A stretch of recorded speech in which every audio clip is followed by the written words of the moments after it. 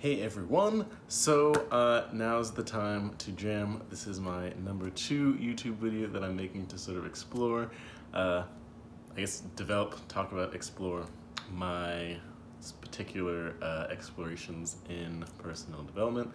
Again, it's an exercise in me getting more comfortable in front of the camera and making sure that I understand all the stuff that I'm talking about, but really just giving me a sandbox to talk about the things that I'm excited about and the different learnings that have helped me. So yesterday, in my first video, we talked about making true choices, practicing in public. 2 ideas very important to me. And we talked about the different 6 sabotaging identities. I remember the other one now. It was I'm not worthy, I'm not good enough, I'm not perfect, I don't belong, I'm insignificant, and I'm not worthy. I think I messed it up again. But there's 6, and I did a whole video on Instagram to break that down. One of the questions that started to emerge for me when I encountered this true choice idea, I was like, heck yeah, I love it. Let's go make some true choices left and right. Let's get rid of these limiting beliefs. Was where did we get the beliefs that we have? Now, that is a whole topic that maybe I'll be able to explore in various videos, but I'm gonna try and simplify it as much as possible. Feel free to play around with these ideas as well. What I'm really looking for people who are encountering my videos is to bring them into sort of awareness of just like, the truth that's here. I like this stuff. Don't get me wrong, this stuff is really fun. But I found that in my particular explorations, when I can get things that hit at my heart and my gut and have a more of an embodied aspect to it, I don't know, it's really easier to actually go out into the world and implement them into my life. So again, if this is entertainment for you, that's great, but I just invite everyone to really connect with their bodies as they listen to these videos. And so if something seems true, great. If it doesn't, that's okay. Again, I'm just jamming here. But the experience that I've had is around the fact that some of our identity we know we're conscious of. It's kind of a conscious persona. This is the part of us that goes, this is me, I like it, I want to do it every day. The conscious persona. And then there's the most of us, which we are unconscious of. Consciousness emerges, which is one of the cooler things about sort of evolution, is that one day we kind of just like wake up and are like, oh, cool, I'm here, I'm me, I'm a window thing, I guess that's what they call me. They give me this name, I go around, I talk to people, they refer to me as this, and it has certain patterns and strategies and whatnot. So we pick up some of these self-sabotaging beliefs from our parents. Before the age of 7 years old, we're pretty much just doing whatever feels good, nice, gets us the love and stuff that we want as it relates to our family of origin. And then again, around 7, sometimes as late as 9, we sort of have this awakening of, oh, I'm an independent agent in this soup of being, and I get to do things that I want, which is great, except for most of the conditioning that we've developed is kind of been given to us. And the people who raised us, most of their conditioning came from their parents, and so forth and so on. And if we really want to take an embodied approach to this, all of this stuff is kind of coded into our body. Some people believe that this is actually over time becomes encoded in our genes. I think that this is a deeply fascinating idea. You don't need to ascribe to it, but as a metaphor, it's something that's really useful in that, like the ways that we've told ourselves that we are come from our families, and really it's just part of the story of humanity, culture, and society, and all the rules and stuff that we've built, which means that all of it comes to this aspect of survival. We would like to keep living, and what we have found over time is that there are certain rules, certain structures, and certain beliefs that for whatever reason keep man living. And it turns out that while these self-sabotaging beliefs are not really great for making true choices, not really great for living a life that's sort of fun and enjoyable, they actually are really good at keeping you alive. Let's look at I don't belong. Humans are social creatures. We really enjoy that belonging feeling because back in the day, if you didn't belong, you were coyote food or lion food or whatever animals that were totally like, humans used to be like humans v animals, and we weren't sure who was gonna win out. There were a few times when it was like, yeah, humans, done, we're done with that. They got ate, we ate them, they're gone. But for some reason, we survived. And one of those main reasons was we figured out how to work together. There's a phrase, sort of a saying, if you want to go fast, go alone, but if you want to go far, go together. Humans evolved as social creatures, and sort of a shared collective intelligence allowed us to survive. Great, love it. But above a certain point, that desire for belonging actually gets in the way of living a life that is pleasant, because you're not really supposed to have a pleasant life by surviving. You're just supposed to survive. I'm not worthy.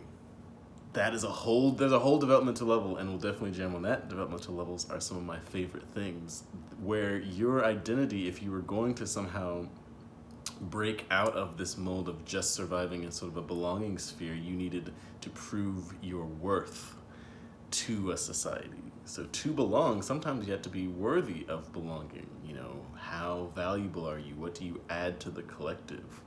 We're not really trying to keep around dead weight just for the sake of it. And so even when you got older, suddenly you were kept around because of your wisdom. When you're young, you're being taught a trade so that eventually you get to be productive, and the society as operating as sort of a sustainable unit, try to keep as much utility around as possible. But again, it's these people that are able to survive while breaking out of those patterns that get to do innovative, cool, amazing things. So there always has to be a stable amount of people who do things not just because they're worthy, but because it's just enjoyable and fun and great. But the I'm not worthy totally comes from just needing to also belong. I'm not perfect. There becomes this ideal.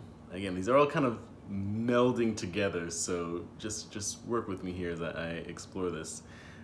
As tribes are looking towards their survival and figuring out how to live good, sort of effective lives, there emerges out of this collective consciousness this idea of a perfect human. Now, I personally believe that we're already perfect. We got here, we're part of a universe, it's perfect, it's not broken, therefore whatever expression that you show up in that universe is cool. But if you are a small part of a larger survival unit that is trying to perpetuate itself into the future, you need to get as close as you can to the perfect unit that will keep that going, to do your part of that unit. And so sometimes you have to be perfect to be worthy so that you can belong. Or to belong, you have to be perfect so that you can be worthy. Okay, again, it's a weird map. They're not really even hierarchical, these limiting beliefs, but they are connected. And so we made up this thing called perfection, so that if we can keep people spending their energy towards striving towards that perfection, then the tribe survives. Again, regardless of the fact that the individual pursuit of that perfection ain't fun at all. Here's a big one. I'm insignificant. If you are significant, you might take a choice that will put you outside of the experience of the tribe. That's not good. We can't have that. If everyone's running around pursuing their own significance, they may not be wanting to contribute to the tribe. They're going to be thinking about their significance over the tribe. So it's actually in the tribe's benefit, to an extent, to actually not have people feel significant, to have it feel like the only thing that is meaningfully significant is the tribe and not the individual. And so to hold on to that self-sabotaging belief of I'm insignificant is a key survival strategy for the tribe. But it is a huge self-sabotaging strategy for anyone individual trying to live a great life. Now, again, I'm like, 4 sabotaging beliefs down, and what is emerging for me right now is just a question. It's kind of in the back of my mind. Why are you having people go against this anti-tribal view, Wendell? That seems, isn't the tribe good? Isn't survival great? It is. Here's the problem. We have outpaced our ability to survive. We killed the survival game. Truly, there are billions of us. We're putting up numbers like ants. It's like there's bunches of ants and insects and all this crazy stuff. Maybe there's like rats at the level of humans, but like for our size and our biomass, there are too many of us. And I'm not saying get rid of us, but I am saying that we are in a enviable position where we can actually start pursuing some of these things that makes living life good. We actually have enough intelligence we have enough agency to be active participants in the experience of health. Because nature, let's imagine for a second that nature has a sort of consciousness, that nature is self-aware to a degree. When everything is in balance in nature, nature looks at itself and goes, ah, this is great. And you might have had this experience. Like maybe you go for a run, you're finishing the run, you're like, ah, I feel healthy. I feel good. I feel like everything's going on. Even if your lungs are kind of maybe freaking out, or maybe your kidneys are having like an issue, in that moment of really having leaned into that awareness of being healthy, it feels good. Humans, because of our, this little prefrontal cortex that we have the ability to take the perspective of things that aren't us. We're gonna get into why sometimes that's super useful and why that's sometimes really terrible and not super fun. But the cool thing about this is that we now get to actually participate in this thing called health. And in fact, one of the easiest ways for us to provide health for a system is to experience it in ourselves, which means sometimes we're gonna have to do things outside of these sabotaging beliefs so that we can feel healthy. It's really hard to feel healthy when you're pursuing perfection, belonging, worthiness, significance. If you can skip all of those games, you just get to have the feeling of health right now, and then when you're making your true choice, you're doing it in a way that's like really easy and fun and actually sustainable. So instead of the tribe pressing upon you to do the thing that you would just naturally do because it feels good, you get to participate in just doing it because it feels good. And it turns out that over time, there's countless literature on this, that when people operate from a place of well-being, they perpetuate more well-being. They don't need the sort of carrot and stick that survival had sort of offered us before. So here are two other ones that we'll explore. So that's the why. Like, I'm not anti-tribe, but I'm pro-tribes that are built out of people making true choices and that don't need to rely on the old technology, the old software of limiting the individual to promote the collective. I think we can do both. And I think, in fact, the collective has actually done so much negative stuff that we really should focus back on what does it mean to be a healthy individual. And again, we're going to talk about that a lot in future videos. So there's two more, the I'm not good enough and I'm not ready. Readiness is the sort of, readiness and good enoughness are sort of measures of maturity. Again, the tribe's job is to grow enough healthy humans that they get to hunt and bring in food mass into the tribe so the tribe gets to survive. If we don't create basically our neuroses around readiness and create really strong, the ceremonies, the rite of passage ceremonies to mark readiness, we might throw kids out into situations that they're not ready for, and they may die, and that'd be bad. The readiness one actually isn't so bad. The old school tribes did a really good job with the rites of passage ceremonies and, puberty and all this good stuff. But this day and age, we're kind of in a perpetual arrested development where we don't have clearly demarcated, you're ready to participate in the tribe. The signs of anxiety that are going through the world all the time, everyone's anxious, no one knows if they're good enough, no one knows if they're ready to do the thing that they're supposed to do because there's no clear sign that you're allowed to do that. Which should be freeing. It means that you're always ready to take the next step or the first step or whatever that is you're moving towards. You're always ready for it, because if there's no sign from outside of you to decide that that's the case, well, you could just do it whenever you want. But we're so used to kind of having these sort of tribal pressures on ourselves that if we aren't told sort of explicitly that that's the game, then the uncertainty kind of drives us a little mad. And then the I'm not good enough is a pursuit of excellence. Again, it's sort of that space in between I'm not good enough and I'm perfect, that there's a lot of wellness that can happen there, but I'm not good enough keeps you working, and then I'm not perfect keeps you working, and they very much feed into each other. I'm not good enough keeps you humble, I'm not perfect keeps you hungry.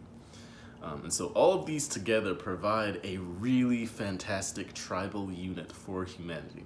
And if that is something that you want to be a part of, I would highly suggest that you align your goals, make the true choice of being an effective tribal member, because it's just easy. Instead of having to fill your backpack with all of these negative beliefs, you can just make that choice, and you'll find that to do that effectively just kind of requires you to do the things that those beliefs are trying to make you do anyway. But if you are looking to maybe not be stuck into a sort of tribal mindset and really are looking to kind of explore what does it look like for me to be uniquely me in a life that is filled with well-being, where I get to actually call the shots and consciously create a reality that is fun, exciting, and engaging, well, keep listening to these videos. We're gonna get there. I'm gonna try and build it bit by bit, but I really want you to spend time kind of playing around with these ideas again. Feel them in your chest, feel them in your stomach. Listen to the parts of you that are gonna come up, and we're gonna talk a lot about parts as we move through, I guess, this information. But sit with it. Sit with it and sort of explore, like, how have these self-sabotaging beliefs gotten in the way of your life, but also how have they helped you succeed at being an effective tribal member? Like, so many people sometimes try and walk away from these beliefs, not realizing that they're giving up one of the greatest strengths that they have to live in a society. Like, a lot of these teachings that I'm going to go after really create allergic reactions in parts of you that want to belong, that want to be perfect, that want to feel good enough.